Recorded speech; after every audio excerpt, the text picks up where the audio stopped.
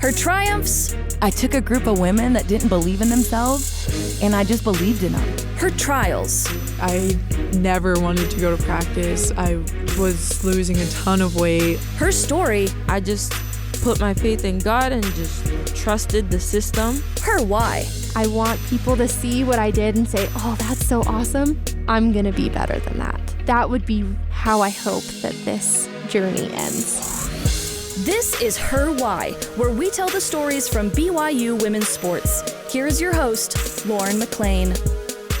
I'm here with Amber Whiting, BYU women's basketball head coach for BYU. Thank you so much for being here with me. You bet. All right, so Jeff Judkins retires, and you hear the position is opening up. What is your thought process in that moment? To be honest, I thought I'm glad my daughter didn't commit there because you want to play for the coach that you commit for. Yeah. And that's brutally honest because I did want her to go there, right?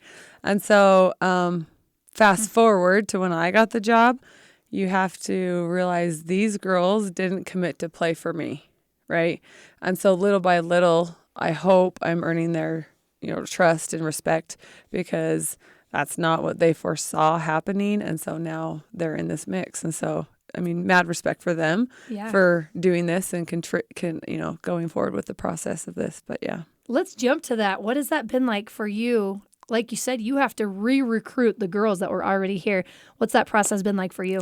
I started when I got the job and they announced me on their Zoom call. I know that they were very apprehensive because no one said a word to me. It was like the most uncomfortable situation. But I started FaceTiming them and talking to them one by one and then just kind of went through the whole team. And I didn't try to persuade them. I just listened to them, just get to know them. Tell me about yourself. And, because these girls, they all have a story and there's a reason why they're all here. And so I just started that way. And then it was a couple weeks later, they started showing up on campus and we started our first practices and just getting in with them and learning from them and them learning from me. It helped build that trust. And the first practice, I cooked them breakfast, me and the coaching staff, because you serve the people you love, right? Yeah. And so that's one of my things. And so anyways, we cooked them breakfast and then we sat down and we talked about my culture and the certain pillars that come from my culture, and how to build on the trust. And it wasn't like a lecture thing. It was we all sat around the table in the players lounge and we talked. And looked them in the eyes and we talked about their concerns and their, worries and how to overcome things. And that, when you're put in certain situations in your life, I feel like you can grow from those situations. Mm-hmm. And so just that they would just open up their minds and their hearts to be able to grow from this, it will help them too. So that's where we started. Did you receive a positive reaction from that? Yeah, I thought they did really good and they opened up and talked about some things that day. And then we got out on the floor and practice. And there's been a couple times in practice where I feel like they've not understood my mentality or how I do things, right? I know one specific drill, they didn't give 110%. And so I just turned to the managers. I was run that back the time, right? Let's go again. And they kind of looked at me what? And I was no, we will do this until we get it right, And so they understand the expectations. And so in practice now, it's a thing where, if they do something or they know the consequence, so they just go do it. Wow. I don't have to say, hey, you missed your layup, go get me push-ups. It would just, boom, they do it. Yeah. And so they're understanding. It's building from there and starting those foundations. And then, I think it's coming along really good. There's a lot of familiar faces on your coaching staff and for the girls as well. How have they helped you transition into this position? Everybody just brings a different aspect to what we're doing, which also is hard because we got to get everybody on the same page, right? So there's challenges within it. It's not always, butterflies and roses or whatever you want to call it. Mm-hmm. But we all are working and we're all working towards the same goal, which I like. So I love that. Let's rewind a little bit. Okay. So you interview with Tom Homo, and Mm-hmm. I'm assuming some other people as well. I'm not sure how that interview process goes. At what point did you feel I got the job? I never felt like that. Really? Yes. Every interview I went into, I just thought to myself, I have to be myself. And I always just say a little prayer, I have to be myself as I go through this process. And Because at the end of the day, if they do pick me, I don't want them picking somebody I'm not. Yeah. And so I love that. we went through, like I interviewed with Tom and Brian first, and then I had to do vice president and then president, and then I went down to Salt Lake. And I remember walking in that room and he had like a full on, it was like a private investigator like paper on me. And he had a picture of my family at the airport like the day before when my son came home. It was a lot. And I just remember thinking, this man is going to look through my soul. Like he's going to see everything, you know. And he cracked, it was Elder Holland, he cracked a joke. And that immediately put me at ease, right? And my husband was with me, and we just sat through the process and the interview, and he gave me some really good advice and counsel. And so I wrote it down. I try to remember that all the time. And then when we left, I got a call. I was like, hey, is there any chance you can come down here? And the way they said it to me, I was like, I didn't get the job. Like, I have to be classy, you know, keep it together. Yeah. So we drove down, and I hardly said 2 words. My husband was just kind of sitting there. And then they opened the door, and they're like, welcome, coach. And when they said that, gosh, I just started crying. Like, for me, that was like a huge, like, dream come true reality. Sorry. Oh, you're good. And I just wanted to give everything and just do it the right way. And so, sorry, I don't get emotional on that, but that's a tender moment for me in my life. I love that. Oh my gosh. I can't even imagine, honestly, meeting with Elder Holland where you like, when I was 4, I stole a popsicle from the grocery store. Yeah, no, he has some really hard questions and some really thought-provoking questions. But yeah, but him just being able to joke with us and talk to us, you know, it just showed his personal side. And when I was leaving, I just was like, can I give you a hug? Like, I'll never have the opportunity again. Right. And so he was like, of course. It just is so down to earth. And so it's just, and he's one of my favorites. So, yeah. So when you mentioned that this was your dream job, was it to be the head coach of a college basketball team or just here at BYU? I would say here at BYU because I played here. Right. So I have ties here. My husband played here. He has ties here. But BYU is a very, very special place, and the culture and the fit here, I just can't imagine trying to coach anywhere else because you're kind of in the mix. And, you know, like, for instance, when I hired Aaron, AK, he said, wait, we don't do anything on Sundays? Like, he was just a little bit like, what? You know what I mean? Like, kind of, I think it freaked him out a little bit, and I was like, wait, I get 30 some odd days off a year? Like, that's crazy. You know what I mean? Yeah. But there's just a different environment that's here, and I believe, you know, counsel I had through all my interviews, if I do things the right way, do the right things the right way.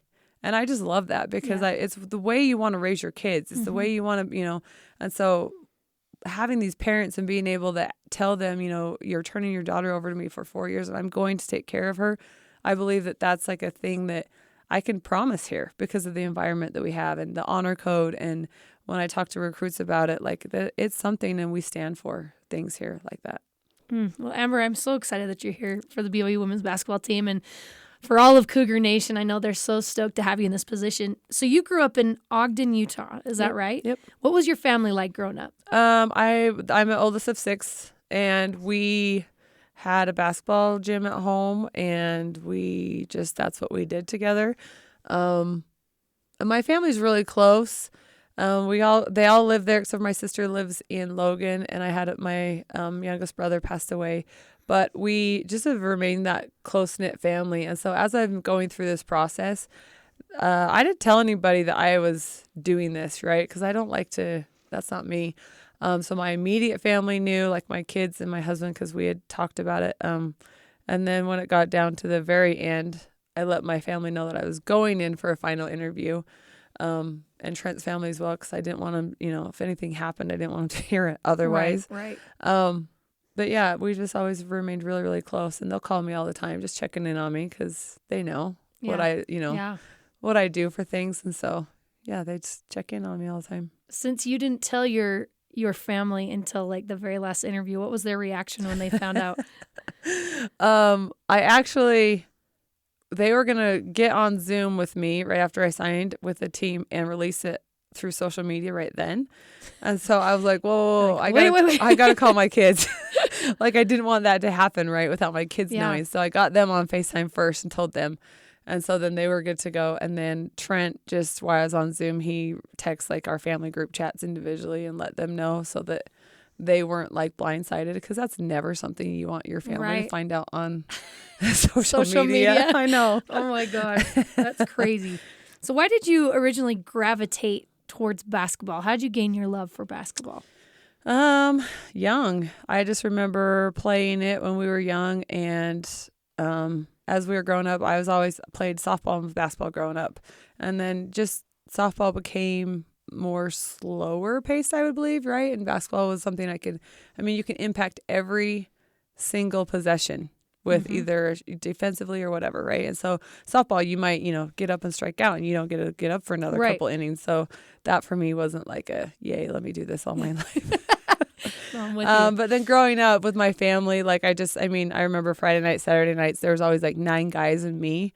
That was what we did. We just played pickup all the time. And so it just became something that I loved to do. So how many boys and how many girls? So you're the oldest of 6. There's 3 and 3. Oh. Yes. That's ideal. Yeah. And does everybody play sports and basketball? Everybody did, yep. They all did. Gosh. Yeah, it's crazy. And you led the way. I did. Being the oldest. I was curious just hearing you talk. You're clearly a leader. Like, that's just obvious meeting with you and talking with you. Do you feel like that helps being the oldest of such a large family? Oh, yeah. Yes. You're the built-in babysitter. Like, yeah. And you're the boss of all the little kids, right? And there was 5 years between me and my next sibling. Okay. So they were really little growing up through. And so, like, my youngest, my daughter is closer in age than to my youngest sister, right, than she is to me. And so that's a little weird. But yeah, other than that. That's funny. I'm the youngest of 7. So that's exactly how me and my older sister, I'm closer to her kids yes. than I am there. So you chose Snow College, of all places to go play basketball. Why Snow in Ephraim, Utah? The coach there, Jamie White, she is amazing. She's the type of coach that you would run through a brick wall for, right? And interestingly enough, when I got this job, she reached out because she's coaching at Fresno right now. And then just we were on the recruiting trail together, and it was just fun to catch up. But she's always just will randomly text me like, hey, you doing okay? Just checking in. But that's the type of person that she is. And so but playing for her was awesome. So what was your career like at Snow College? We were a rebuilding year my first year, and then the second year, I believe we ended up 3rd or 4th in the tournament. But with Slick and CSI, they had some really good teams coming through, and Dixie was JUCO back then, and they had some good teams. So I feel like, we were her first couple years there, and so I was in her initial phases of being a head coach. Right. And so, yeah, she was hard on us, though. Hey. Definitely. That's not a bad thing, right? All I remember, I know, one of my memories there, and this is so stupid, but preseason conditioning, because we're in Ephraim, Utah, and it's turkey smelling full time. Absolutely. And so just running, like you wanted to gag and puke, like it was just awful. And so I remember those days like none other. And yeah, that's what builds running builds to the Manti character. Temple. Yes. Yeah. Yep, we did. So you also met your husband Trent while at Snow College. How did you guys first meet? I know it's it's a small school. It's slightly larger than a high school. But how did you guys first meet? So girls and boys traveled together back then, right? Okay. And so we were on a bus. And I remember watching him the game before, and he's cute and everything. But I had a missionary I had written for 2 years, and so he was coming home in a couple weeks. And so Trent asked me out, and I just remember saying, "Hey, I'll go out with you. I don't care. That's great. Yeah. But I have a missionary coming home, so don't get attached." And he was like, "I don't care." And I was like, "Okay." And we went out, and the rest is history. Oh my gosh! I know. And you're like, "Bye-bye, missionary." My parents were so upset. Really? Yes, because they had their heart was, you know what I mean? Yeah. And then this brand new guy comes along and they don't know him. And so have their hearts changed now, though? Yes, they love him. Good. So how did you guys, being a collegiate athlete, it is time consuming. So how did you guys find time to date?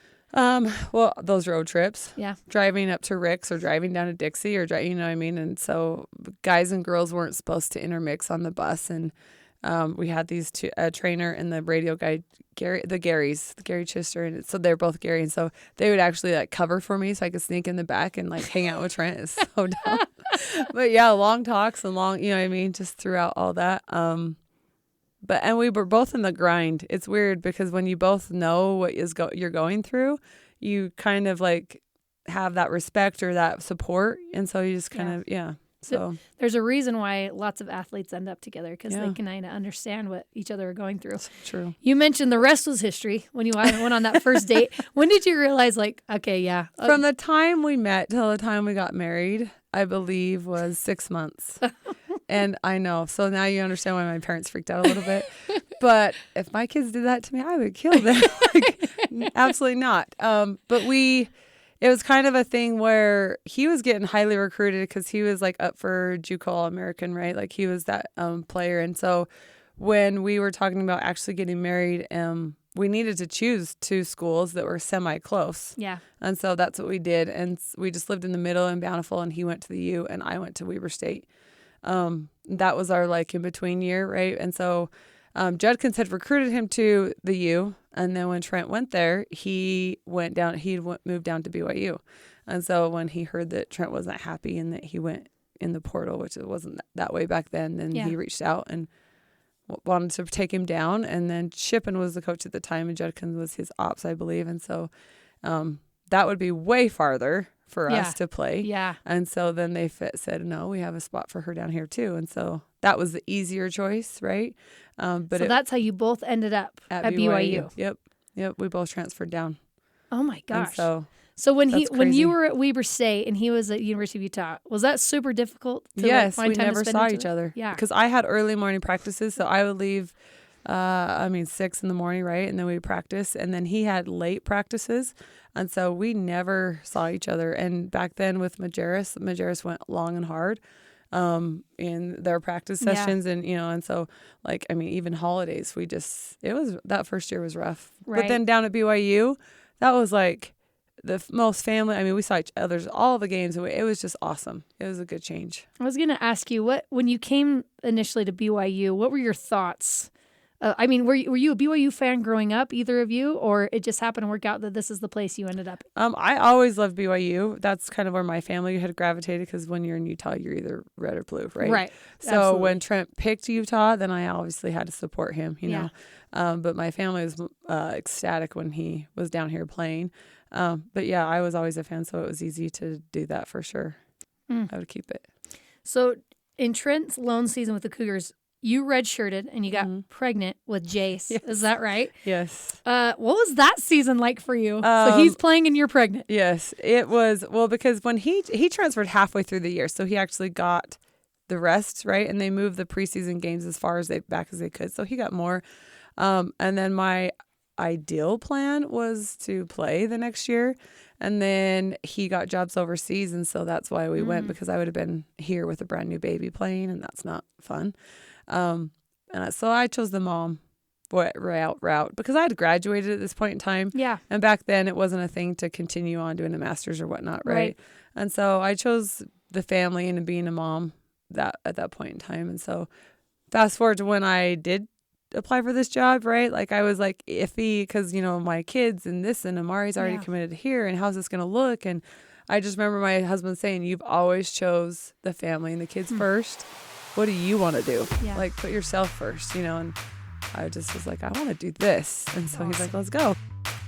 We're going to take a quick break. When we come back, we'll be with BYU women's basketball head coach Amber Whiting.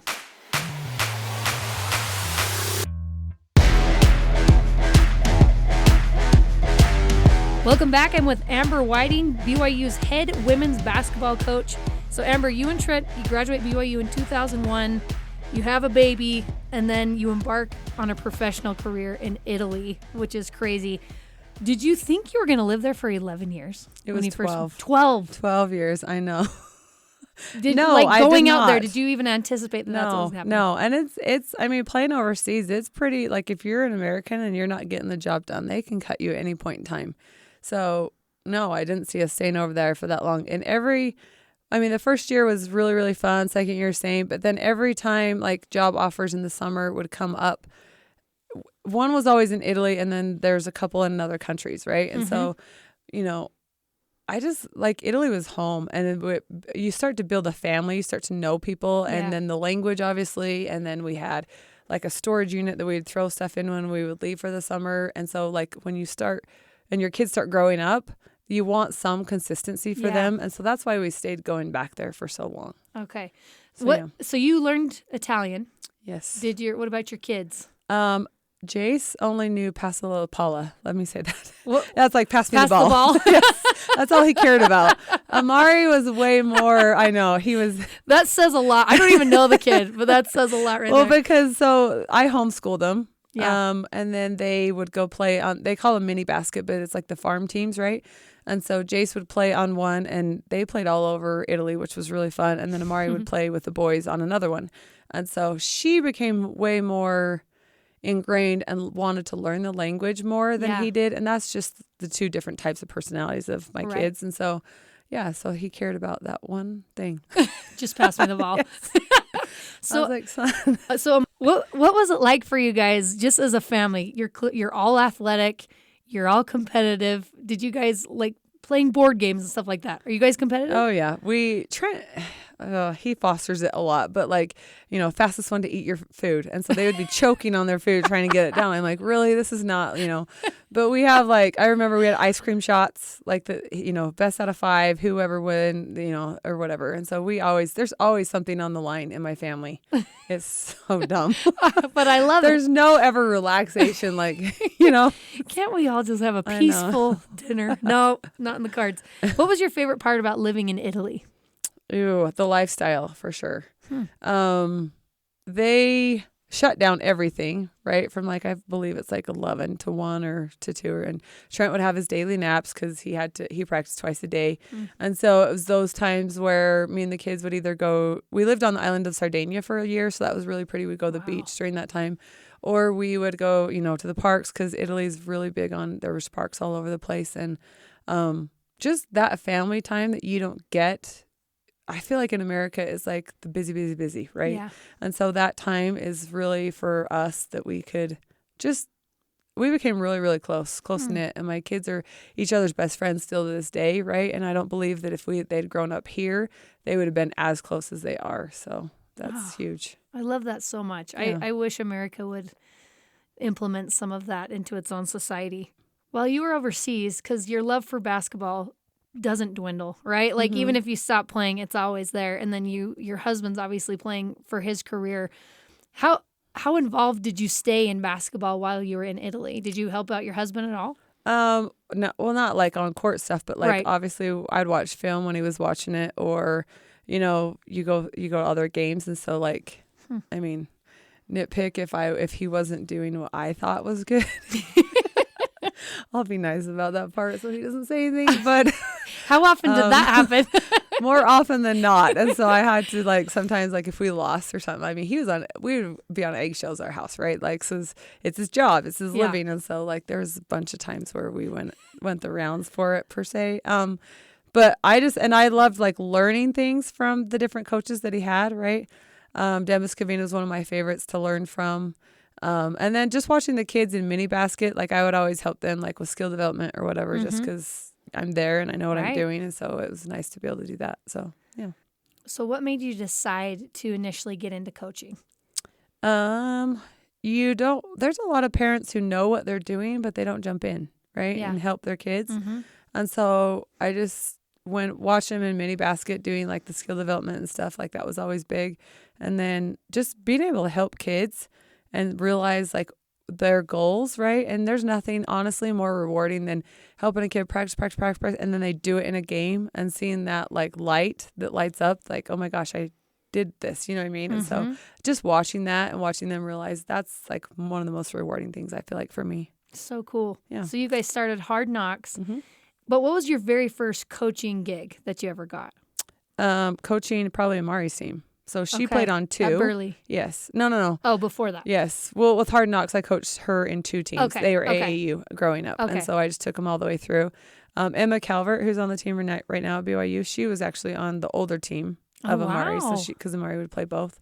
And then I coached at Syracuse Junior High and then went to Burley. And then I was coaching on the DITA circuit as well. So, Oh my gosh. So you just jumped right in. yeah, I was in a lot. My gosh. Did it feel natural to you though when you started coaching and you're like, yeah, this is what I meant to do? Yeah, I honestly love it. I love coaching the girls. I love seeing, and I love having those relationships, right? teaching them to fight and to stand up and to, it's rewarding for me. I love it. Well, you had a lot of success. You started out from a 5-win team to winning the state title. Yeah. Last year. Mm-hmm. That's incredible. But how were you able to do that? You mentioned like you can't recruit. You have the small town and the girls that you got to develop. Those girls. How do you feel like you were able to do that? Just went back to the basics. Like I realized, so that group, the first group I had, they had won the state championship the year before, but they had brought up the 8 freshmen and then they just played them through those 4 years. So they didn't really look at the younger kids a lot and help them and develop them, right? So I got in the gym with them and you think, you're taking over a high school team that just won. And so I just started, doing a Euro step or doing this, that, or, I say lane line extended. And they just kind of looked at me like I had 2 heads. And I was like, oh, wow, I got to really so I had to actually start again and build that foundation of their skills. And so we just went back and I remember I can't teach things. I can't implement plays until they know how to do the basics. So half of my first practices every day, the first hour was always skills. And so that's just where we went. So then I saw it the next year when they went, I think we went 5 wins the first year. And then the next year, I believe 18 or 19, right? And then 21, it just kept building. And so the second year we took 3rd and then we took 4th and then we took 3rd. And then I remember talking to my girls going into that last season, like, I don't want to take 2nd. It's not acceptable, right? Yeah.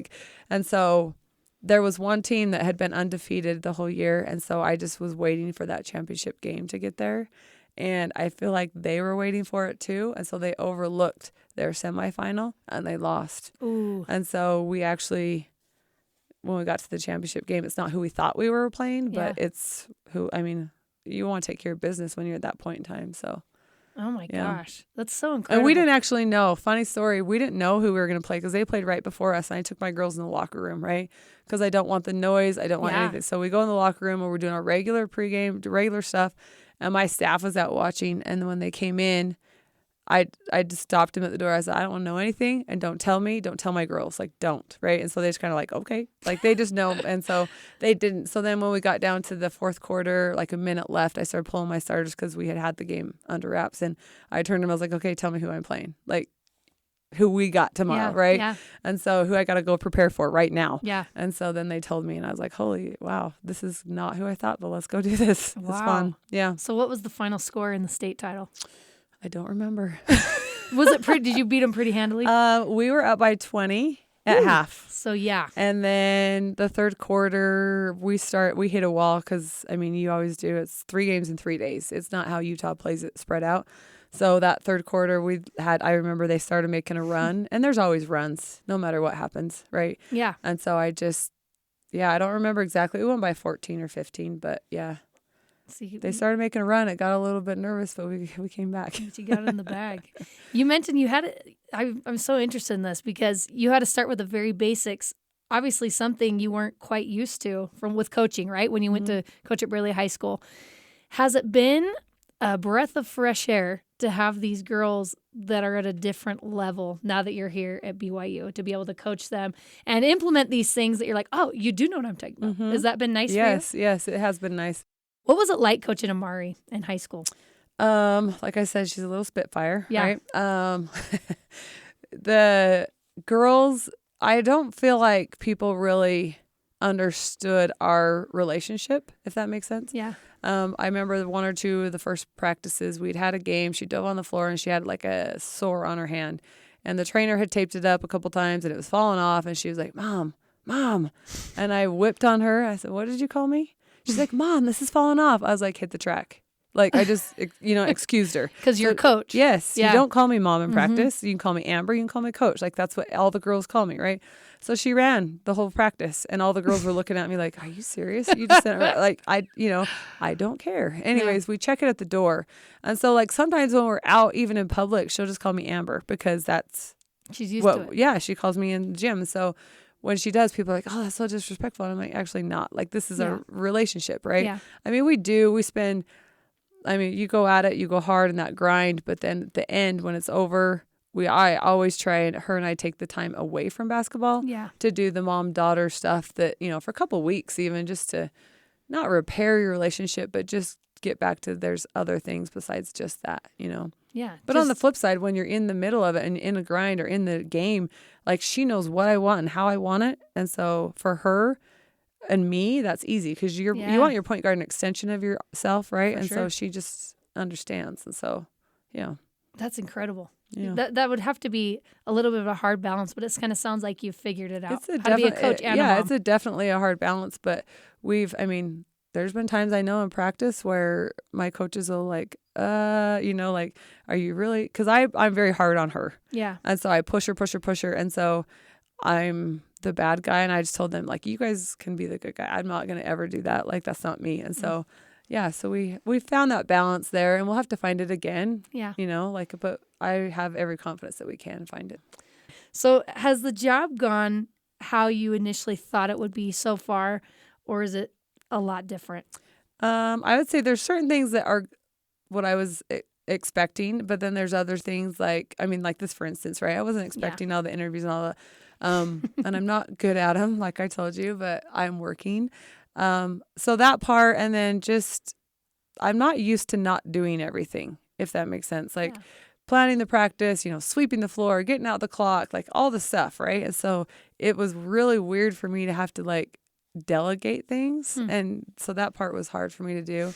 And it never, and the recruiting, I kind of knew what that was about already because of doing it with Jason and Mari, going through their processes, right? Yeah. And so, but then there's also the times when kids say no to you, or kids say, I'm not going to come on a visit. And you put a lot of time and effort. I didn't know how hard I would take some of those. Does that make sense? Because you get to know these kids. You want these kids. For sure. And so that part is a little bit harder for me, but I'm getting better at it. I always wish them the best, you know what I mean? But yeah. You mentioned that you have a defense first mentality in other interviews that you've done. Yes. Where did that come from? I don't know. I just have always been, and probably from Coach White, honestly, or Coach Butters at Fremont. But I honestly, like, my husband he's completely different. His thing is, let's put the ball in the hole more than the other team. Yeah. And I'm like, no, like, you have to stop them. You know what I mean? Yeah. But I just feel like defense wins championships. Defense travels. Like when you're in a gym and it's, a rough atmosphere and you're not shooting well, if you can crank up your defense, that's going to create more offensive opportunities for you, whether it's fast break or transition or whatever. And so I feel like for me, that's where I go to first and foremost. And I've always relied on that, I guess. Yeah. Yeah. And it's worked out for you so far. So far. What female athlete would you say that you've looked up to in your life? You've played for a lot of incredible coaches, and I'm sure with a lot of incredible players. What female athlete have you looked up to? Ooh. Oh. Does it have to be my age or older? You can be anybody.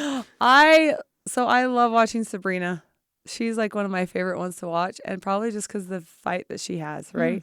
Like she doesn't give up on her team. She doesn't let them, and I watched her in practice because of when Amari was getting recruited. I watched her in a lot of aspects, and she holds them accountable, but in a good leadership way, and how she talks to her teammates, if that makes sense. So yeah, I love looking up. I look up to her a lot. I love that. Yeah, that's so sorry. cool. No, I think that's She's younger than incredible. me, like crazy That's all young. right. Yeah, but she was always really good too. When Amari would go there, pull her in the locker room, or compliment her on her hoodie, or just random things that little girls look up to and they want to aspire to. And so she takes time for all of those people and doesn't ever forget where she came from. And who is Sabrina, for those who don't know? Oh, Sabrina Nescu. Sorry, Okay. She played at Oregon, and now she's with the Liberty. And we would probably have more opportunities. Every single time Amari's been to Oregon or done when she was going through the recruiting, she was there and always took time with her, pictures with her, So cool. Yeah, awesome. My last question for you is Okay. because I'm so interested. You've been around men and women's basketball your entire life with your husband and just growing up. What would you say makes women's basketball unique to men's basketball, and why people should be invested in it? The women's game is growing, and it's becoming, you see more women dunking now than you ever did before, right? And so I believe just that the growth that women's basketball has happened as of yet and is still happening. That's why I think people should start taking note. Look at the national championship this year, right? Or the Final Four, crazy games. And obviously men's basketball has always been there, but women's is getting there, and it's getting there quicker than people realize. And so that's what, and I love that they put their whole heart and soul into it, and they are very, what do you want to say? Like they play with emotion, and they use, and so there's a lot of things. And one of the things that I love about women's basketball is it's teaching young women to stand up and to have a voice and to be heard. And so that's where I believe that people should be checking out women's basketball. I'm here with Amber Whiting, BYU women's head basketball coach. Amber, I think you're just incredible. I can't wait to see what you're going to do with this team.